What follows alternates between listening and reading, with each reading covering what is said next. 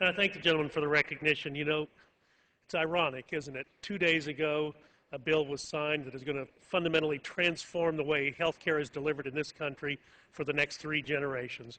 And 48 hours later, we're back on the floor of this House trying to fix the problems in this bill because, Mr. Speaker, we all know when the Senate passed this bill Christmas Eve, they didn't intend for this bill to become law. This was never the vehicle that was intended to be passed through this House.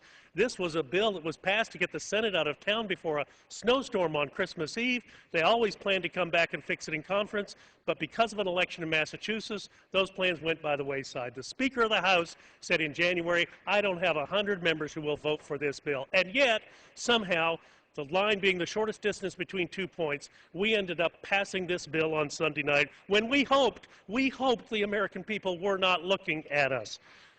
But we did pass it. And now we've got to come back tonight and fix the problems. We will be back next week, and we will be back the week after that. This bill is going to require significant fixes, probably for the remainder of my lifetime on this earth. This was probably the worst product we could have put out there for the American people. And what about the insurance companies? Their stock prices going up. Of course they went up. They got everything they wanted. What did they want when this year started? They wanted an individual mandate and no public option. Guess what, ladies and gentlemen? That's exactly what they got.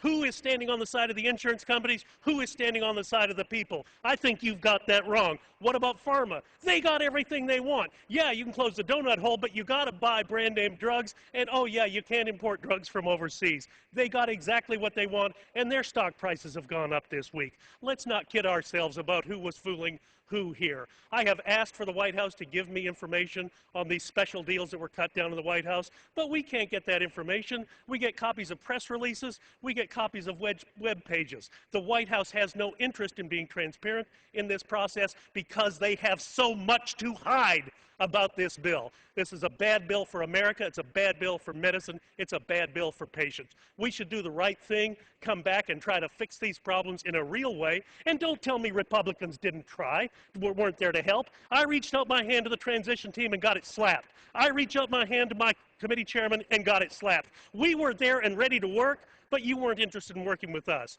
What was the bipartisan nature of this bill? We'll throw it over the transom on July 15th. Read it quick because we got a markup in full committee the next day. This bill was never intended to pass this House. The Senate passed this bill as a last-ditch effort on Christmas Eve to get out of town.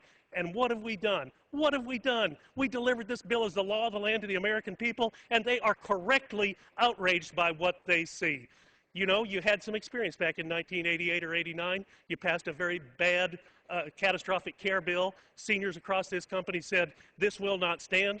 The former chairman of the Ways and Means Committee got run out of his town halls, and we had to repeal that bill. I think we should follow the same trajectory here. I'll yield back the balance of my time.